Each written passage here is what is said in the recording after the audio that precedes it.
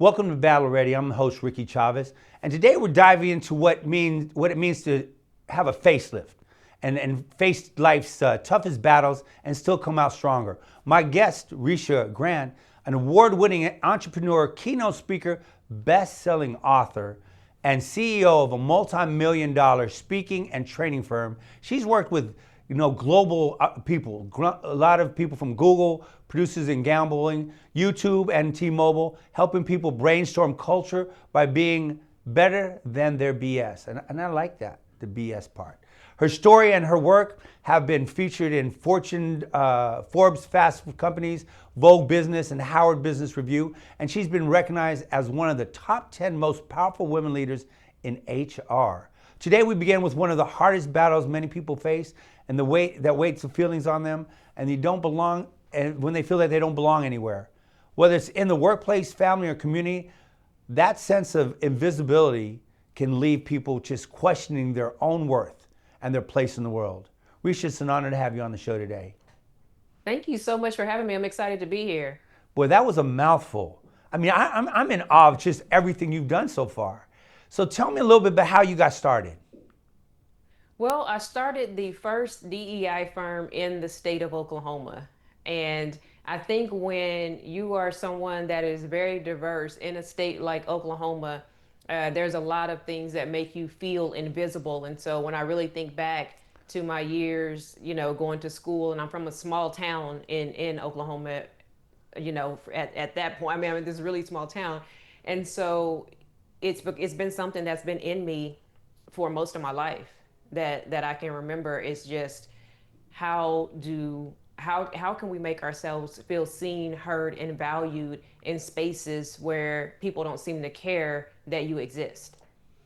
So And that's what I did. I built a firm around helping people feel seen, heard, and valued, and making sure that people just understand that the contributions of everybody into this world make it better, and that we're so much stronger together than we are divided.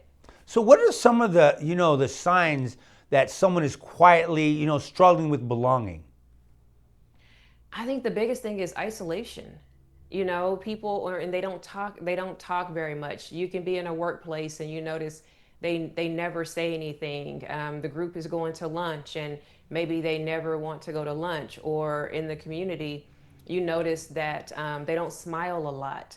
I think it's very easy to see when people are just feeling alone. They're feeling like nobody cares that they exist, nobody sees them. And so I think it's very easy to spot because that person can look really unhappy. And I've learned in my few years that you never know where you're going to get the answer from, right? It might be right Right. in front of you, but those people don't want to engage, or like you said, they're not heard. Love to share a quick story with you. I was a trainer, right? I did at a team building company, and we had all the CEOs from around the world, the VPs come in, and we had small groups, 12. So in my specific group, there was 11 VPs, and one VP brought his admin, and we did Okay. it's called diminishing resources, a little thing. And I gave him a skit. I said, okay, you got to do this. You got to do it in 3 seconds. I gave him the rules, and I said, all right, the time starts now. And the admin jumped, said, hey, let's hold each other's hands and jump up. So you needed to be on the little swatches I provided, and I provided two Uh-huh. less. You have to be off the ground for 3 seconds, a count of three. She's like, let's grab each other's hands and let's jump up and count to three. Nobody heard it. And I listened, I'm watching, and this kept going on and kept going on. We're about an hour and a half into this, and there's Uh-huh. like 6 swatches. They're crawling all over each other, they're doing all these things. And she said it again. And finally, one of the VPs heard it, and he replied to it, he repeated it, and then everybody did what she said. And the whole point of it in the AR, I'm like, well, when did you guys hear that? When this VP said it. I said, Yes. did y'all hear it any time before? Nobody. And she said it right at the beginning. And the point of it is, I talked to her a month or two later. She's like, I don't know if that was a good thing for Rickey, because now they call me for everything. Yeah, but it's a perfect example of what happens in office spaces and communities and boards everywhere, right? Somebody is talking, they're saying the thing, and they're not getting that level of respect that they need from everybody else. regardless of what that reason is, they're not allowed to contribute. And then somebody else says it and it's the greatest idea in the world. Right, rocket science, like raising kids, right? Yeah. I'll tell my son something and he'll be like, okay. And you'll tell him, it's like, oh my God. It's Yes. that's, and I'm like, oh, whatever. You know, but it's Yeah, something I you, know. It burns me up, especially in relationships. I think it's the worst in relationship with your person. You can tell them something, they pay you no attention. Somebody else says the same thing, and it is the greatest thing they have ever heard. you know what? I had a conversation the other day, and it's kind of along this line. So I have a real estate group, and I meet clients all the time, and I meet other realtors, and everybody wants to. I think two things they like to do: they talk about themselves and help others. I think that's kind of a going thing, right? So Right. one person started talking to us, and I listen because I want to hear what they say, even if I think I know it. I don't say, well, I know it. But there's so many people that say, I know that. And my Right. thought is, why would you say that? Because they might say something that you don't know, but you just shut them down. How do you feel about that? Exactly. I think that we listen to reply, not to understand. We already have the thought forming in our head. We've already figured out what they're going to say before they say it. And the truth is, we're rarely right about that. And when you listen to someone all the way through, you realize they were going to say something completely different than what you thought. And we learn so much when we listen to understand instead of listening to reply. I think that is everything. We can understand each other better. We can at least give each other that space to truly hear what they're saying. And I think that is also the mark of good leadership. Listening is a skill, and it's a skill that I don't think that probably, I'll say it this way, one of the most undervalued skills that we have. I'll tell you this, I'll be brutally honest. My biggest challenge is remembering. Okay? Yeah. I'll listen, I'm like, oh my, and then I try to take notes. I always say, hey, let me take notes so I make sure I don't miss anything you say. Everything's important. But then end up saying, hey, can you hold on? I need to catch up. Right? And then the Yeah. whole conversation it goes to a muck. But I'll tell you something really cool. I bought this thing for my wife the other day. It's called a Applaud. Have you ever heard of it?